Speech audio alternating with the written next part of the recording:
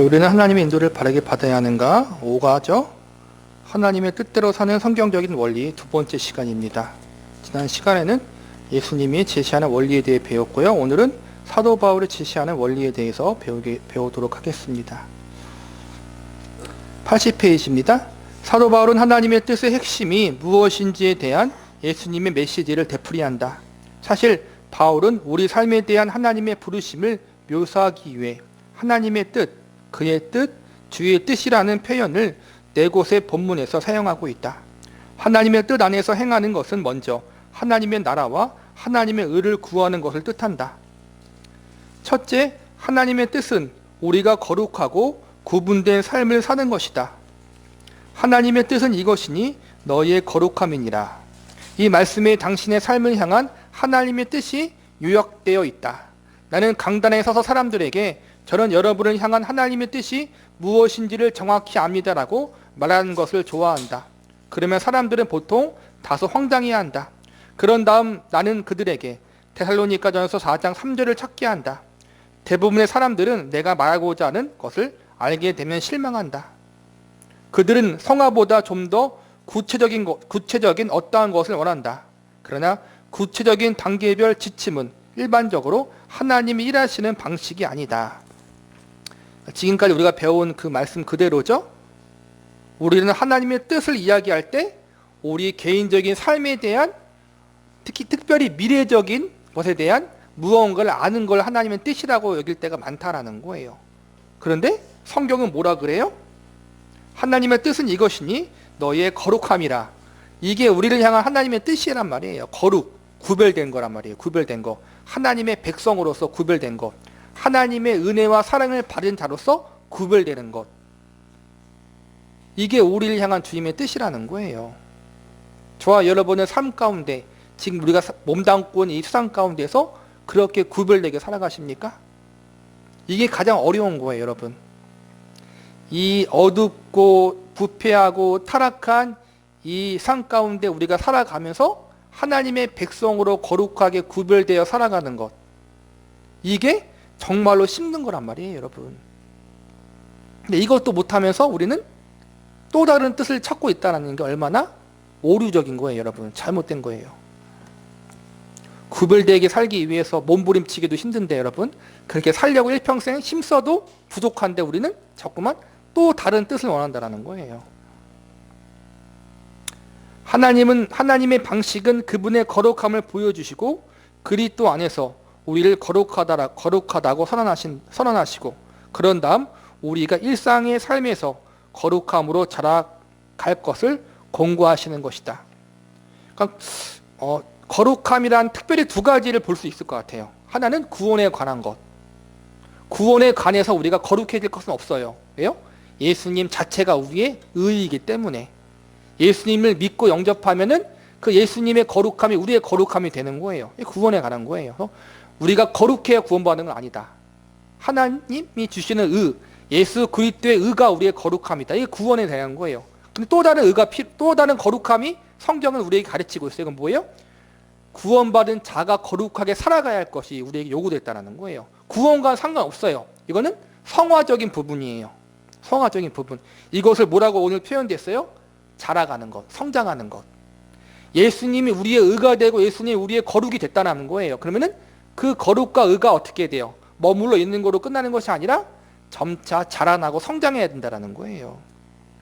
이게 뭐예요? 우리를 향한 주님의 뜻이에요, 여러분. 그것이 바로 당신을 향한 하나님의 작정하신 뜻이다. 그리고 그것은 하나님의 개인적인 뜻이기도 하다. 하나님은 당신을 거룩하게 만들 집을 사기를 원하신다. 만일 결혼을 하면 하나님은 당신이 결혼해서 거룩할 수 있기를 바라신다. 또한 거룩함 안에서 자라가는 것을 도와줄 직업을 갖기를 바라신다. 하나님의 뜻은 항상 당신의 성화라는 것을 믿어라. 뭐요? 성화, 성숙, 그리스도를 닮아가는 것. 하나님의 형상과 예수 그리스도의 장성한 분량에 이르는 것이 저와 여러분을 향한 주님의 뜻이라는 거예요. 하나님은 당신과 내가 그리스도를 더욱더 닮은 모습으로 자라도록 우리를 구분하셨다. 쉬운 건 아니지만 우리가 삶의 어떠한 것을 결정할 때 주님 이게 이렇게 결정할까요? 말아야 될 걸 묻는 게 하나님의 뜻을 묻는 것이 아니라 내가 어떠한 결정을 함에 있어서 이것이 하나님의 형상과 예수 그리스도의 장성한 분량에 이르는 내 거룩한 삶에 어떠한 영향을 미치는가를 생각하고 결정하면 된다는 거예요, 여러분. 둘째, 우리는 항상 기뻐하고 기도하고 감사해야 한다. 바울 사도는 세 가지의 직설적인 명령을 내린다. 항상 기뻐하라, 쉬지 말고 기도하라, 범사에 감사하라. 이것이 그리스도 예수 안에서 너를 향하신 하나님의 뜻이니라. 이런 명령들을 묵상해 볼 가치가 있으며 우리의 에너지와 노력을 들일 가치가 있다. 친구들과 누구와 결혼해야 되는지, 어디서 살아야 할지, 자녀는 몇 명 낳을지, 휴가는 어디로 가야 할지에 대해 궁금해하며 모든 시간을 보내지 말라. 대신에 데살로니가전서 5장 16절에서 18절 말씀을 확실히 실천하도록 하라. 항상 기뻐하는가, 쉬지 말고 기도하는가, 범사에 감사하고 있는가. 그렇게 해야 한다. 왜냐하면 그것이 그리스도 예수 안에서 우리를 향한 하나님의 뜻이기도 한다. 다 아는 거죠, 여러분? 근데 문제는 뭐예요? 우리의 삶이 그렇게 우리가 살아가지 못하도록 만든다라는 거예요. 항상 기뻐하세요, 여러분? 항상 감사하지 않잖아요. 저도 마찬가지예요. 솔직히 이야기하면 감사할 때보단 감사하지 못할 때가 많고 기뻐할 때보단 원망할 때가 더 많아요. 저도 그래요. 기도도 마찬가지고. 그렇지만 어떻게 해요? 그렇지만 그렇게 하려고 노력하고 힘쓰는 거란 말이에요. 그게 성경에서 말하는 믿음의 선한 싸움이에요, 여러분. 그렇게 살아가지 못하는 세상의 환경 속에서 예수님으로 말미암아 성령님의 말미암아 그렇게 살아가려고 힘쓰고 애쓰고 노력하는 거란 말이에요. 내가 그렇게 하려고 그렇게 살아가려고 싸우는 거란 말이에요. 이게 우리를 향한 주님의 뜻이란 말이에요. 엉뚱한 것에 에너지 낭비하지 말라는 거예요.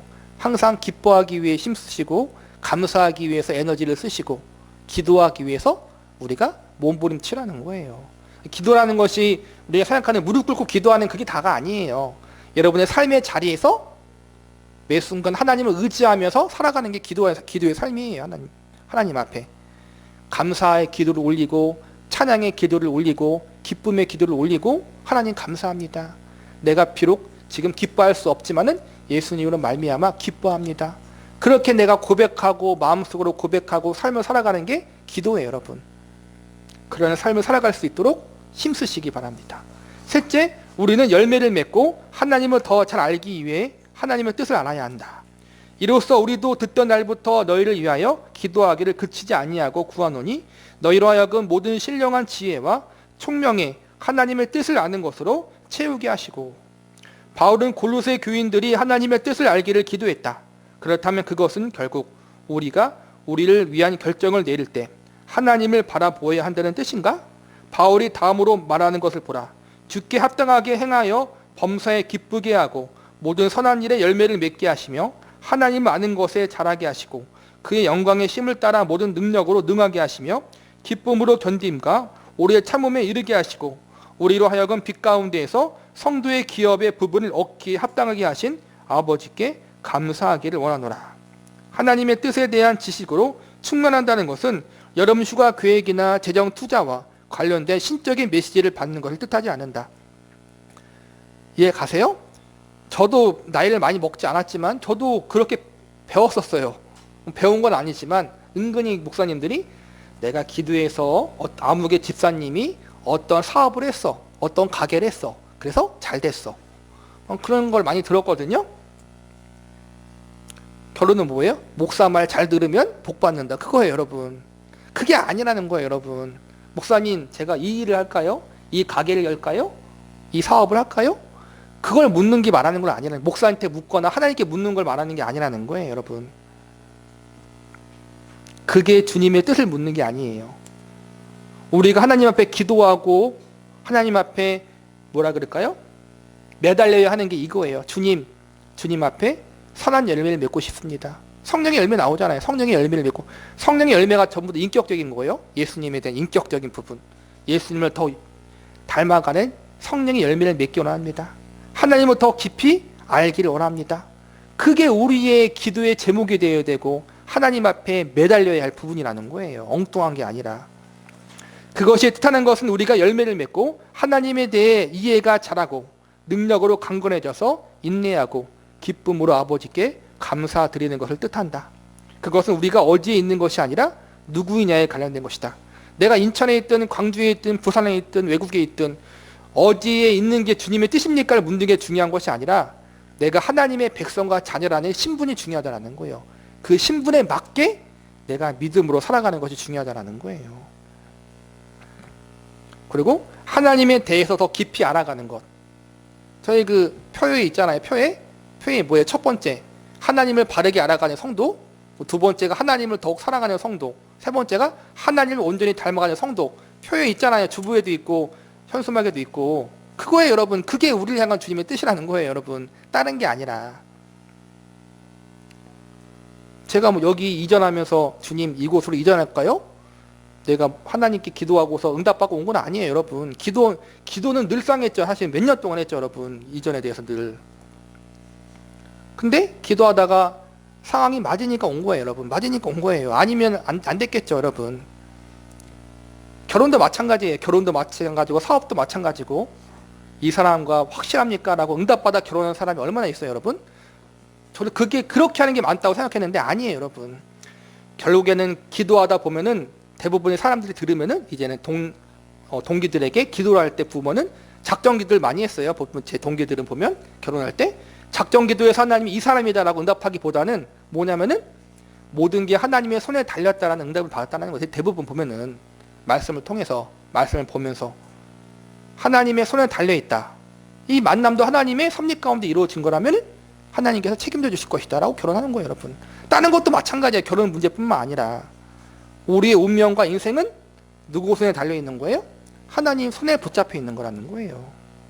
그걸 믿고 확신함으로 우리가 말씀의 원리에 따라 아까 말한 것처럼 하나님의 형상과 예수 그리스도의 장성한 분량에 이르는 그것에 어떠한 것이 내게 도움이 되는 것인가, 그걸 기준으로 선택하면 되는 거란 말이에요.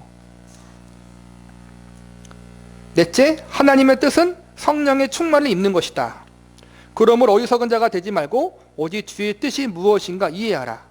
여기서도 우리는 하나님의 뜻을 이해하는 것이 좋은 일이라는 것을 확인한다. 그러나 우리가 에베소서 5장을 계속 읽으면 우리는 주님의 뜻이 우리가 술 취하지 않고 성령의 충만을 받는 것임을 알게 될 것이다. 그리고 그것이 뜻하는 것은 시와 찬송과 신령한 노래들로서 서로 화답하여 마음으로 주께 노래하며 찬송하며 범사에 우리 주 예수 그리스도의 이름으로 항상 아버지 하나님께 감사하며 그리스도를 경외함으로 피차 복종하는 것이다. 에베소서 말씀에 나온 건데 이게 우리를 향한 주님의 뜻이라는 거예요. 성령의 충만함을 입고 시와 찬송과 신령한 노래들, 찬양하라는 거. 하나님 앞에 찬양한다. 찬양하고 찬양하는 삶을 살고 그분을 노래하고 그분으로 인해서 기뻐하는 것, 그분께 영광 돌리는 것, 그분을 경외하는 것, 이게 우리를 향한 주님의 뜻이라는 거예요.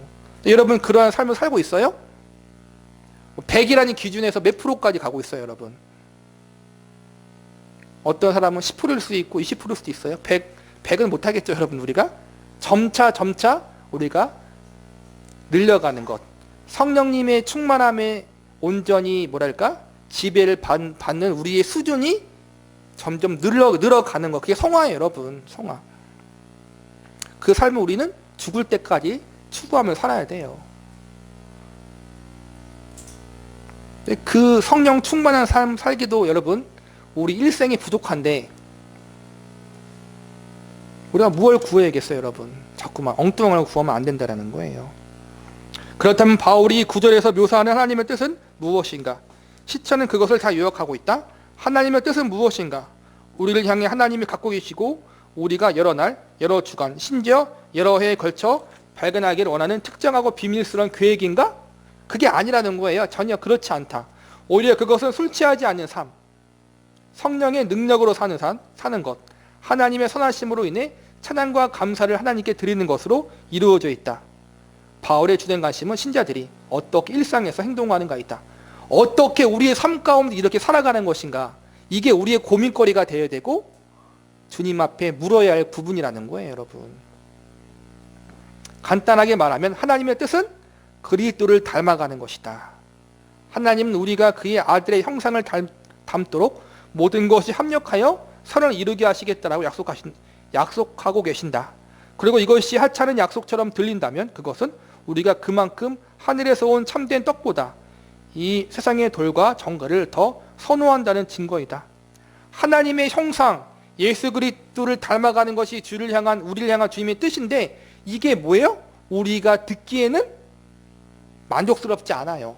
그거 말고 다른 거예요. 자꾸만 그러고 있다라는 거예요. 그게 우리의 문제라는 거예요. 문제. 거룩해라 나오잖아요. 거룩해라. 기뻐하고 감사하고 기도하고 성령 충만하고 그리스도를 닮아가라. 이게 우리를 향한 주님의 뜻이고 저와 여러분이 죽을 때까지 이를 위해서 힘쓰고 애쓰고 몸부림쳐야 할 것인데 이거 이야기하면 그거 말고 다른 거요. 그러고 우리가 앉아있다라는 거예요. 제가 어떻게 사업을 해야 됩니까? 이 나라의 이 민족의 운명이 어떻게 될 것입니까? 하나님 알려주세요. 중요할 수도 있어요. 늘상 말하잖아. 근데 이 나라 이 민족의 운명, 저와 여러분의 운명, 가정의 운명 누구한테 달려있는 거예요? 하나님께 달려있다. 그것만 알고 있으면 돼요. 여러분. 그 이상 알려고 하지 말라는 거예요. 우리가 할 건 뭐예요? 우리의 자리에서 그리스도를 닮아가는 삶을 살아가면 되는 거예요. 우리가 우리의 자리에서 그러한 삶을 살면은 나와 우리 가정이 그리스도를 닮아갈 것이고 내 직장이 그리스도의 다스림을 받는 직장이 될 것이고 그렇게 가면서 하나님의 통치와 다스리심이 넓어지고 확장되는 거란 말이에요. 그렇게 하는 것이지 우리가 뭔가 특별한 무언가를 해서 하는 것이 아니라 우리는 자꾸만 앞뒤가 바뀌었죠. 앞뒤가 바뀌었어. 그리고서 하는 거 제일 무서운 게 뭐냐면은 그리스도의 이름으로 엉뚱한 짓을 하는 게 가장 무서워. 엉뚱한 짓. 그게 주님의 뜻이 아니에요. 근데 그걸 주님의 뜻으로 알고 목숨 거는 것. 이게 제일 무서워요, 여러분. 기독교라는 이름으로, 교회라는 이름으로, 신앙이라는 이름으로, 헌신이라는 이름으로 조심해야 돼요, 여러분. 목사들이 그런 걸 잘해요. 좀 약간 뭐라 그럴까? 머리 잘 굴러가는 목사, 정치 잘하는 목사들이 있어요. 사람들의 감정을 막 이렇게 뜨겁게 함으로 막 주를 위해 목숨을 바치십시다. 요즘 그런 거 많이 하잖아요, 여러분. 이 나라를 위해 목숨 바치십시다. 성경은 뭐라고 말했나? 여러분 보시라는 거. 성경이 어떻게 말했나? 예수님이 어떻게 하셨나?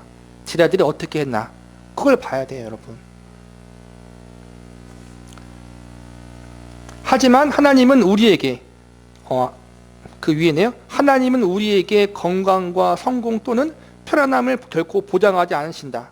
하지만 하나님은 우리에게 더 나은 것을 약속하신다. 하나님은 우리가 그리스도처럼 사랑스럽고 순수하며 겸손하게 만드신다. 저와 여러분이 하는 모든 신앙의 행동들, 삶의 모든 것들이 여기에 비춰보면 돼요. 내가 하는 게 그리스도처럼 사랑스럽고 순수하고 겸손하게 나를 만들어가고 있는 것인가? 그거에 대비해 보면 돼요, 여러분. 그러니까 내가 그리스도의 인격을 닮아가고 있는 것에 이 일이 도움되는 것인가 안 되는 것을 대입해 보시면 돼요, 여러분. 한 여러분이 하고 계시는 그것이 이 일에 도움이 되십니까?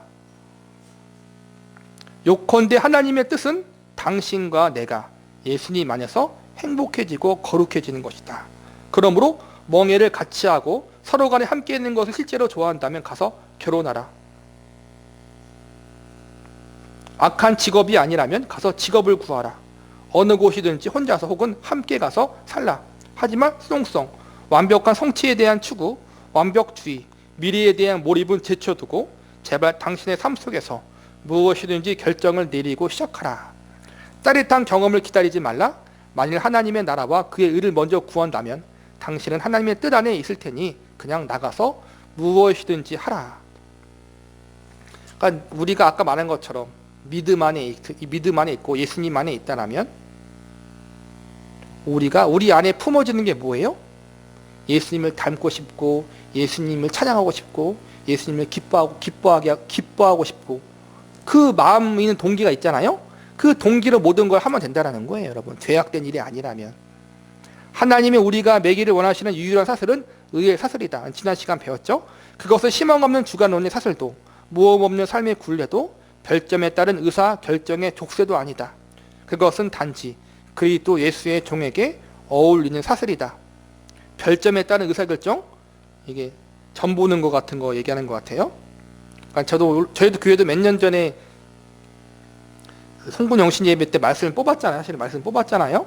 그 자체가 뭐 잘못된 거라기보다는 성경적이지 않은 부분이 있어서 제가 안 한 거예요. 이제는 뭐 어떻게 해요? 제가 그래서 여러분이 기도하시면서 이제는 하나님 주신 말씀이 있으면, 성경 말씀이 있으면 그 구절을 이제는 붙잡고 기도하라고 하잖아요, 여러분.